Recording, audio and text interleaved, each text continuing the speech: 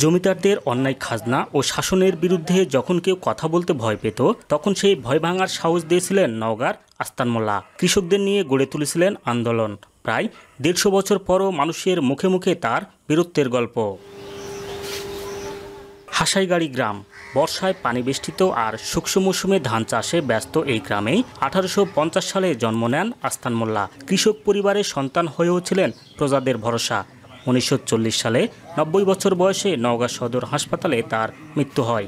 মৃত্যুর পর প্রায় ১০০ বছর হয়ে গেল। উনি বিভিন্ন কাজ কারবার করে গেছেন। আমার আব্বার আব্বাকে শোনা, আমি এই বাড়িতেই আস্তান মোল্লা বসবাস বহুদিন থেকে করে গেছে, কিন্তু এখনও সেই বাড়িটা মানে অক্ষয় হয়ে পড়ে আছে। ১৮ শতকের শেষ দিকে দুবলহাটির জমিদার অতিরিক্ত খাজনা, জমিপত্তন ও প্রজাদের উপর একের পর এক অন্যায় চাপিয়ে দেন। এমনকি মুসলিম কৃষকদের কোরবানি দেয়া ও গাভী দিয়ে হাল চাষও হয় নিষিদ্ধ। এতে বিক্ষুব্ধ হয়ে ওঠেন চাষিরা। প্রতিবাদে ১৮৯৩ সালে আস্তান মোল্লার নেতৃত্বে প্রায় ৫০,০০০ কৃষক অর্ধশত গ্রামের মানুষকে নিয়ে গড়ে তোলেন এক কৃষক আন্দোলন। ৭ বছর ধরে চলা এই আন্দোলনে জমিদারকে খাজনা বৃদ্ধির সিদ্ধান্ত থেকে সরে আসতে হয়। ১৯৩২ সালে নওগাঁ কোর্টে শান্তি চুক্তির মামলা রায়ও গিয়েছিল কৃষকদের পক্ষে। এরপর রাজার অন্যায়ের বিরুদ্ধে বেশ কিছু প্রতিবাদ গড়ে তোলেন তিনি।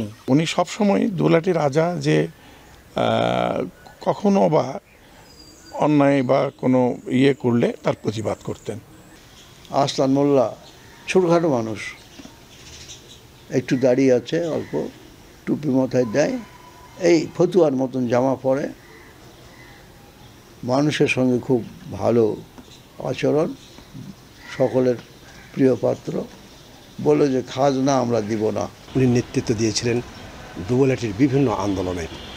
সবচাইতে বড় কথা, সেই সময় দুবলহাটির রাজা হরনাথের অন্যায়ভাবে যে কর বৃদ্ধি করেছিল, সে কর বৃদ্ধির প্রতিবাদে উনি আন্দোলন করেছিলেন।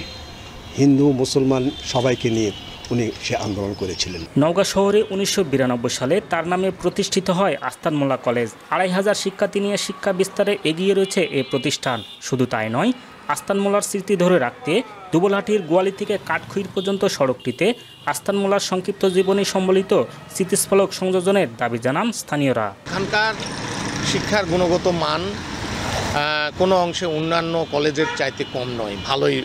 এখানে পড়াশোনা, শৃঙ্খলা সব কিছুই। এই রাস্তাটা আস্তান মোল্লা নামে পরিচিত। এখন আমরা জানা মতো কোনো সাইনবোর্ড বা নাম ফলক নাই।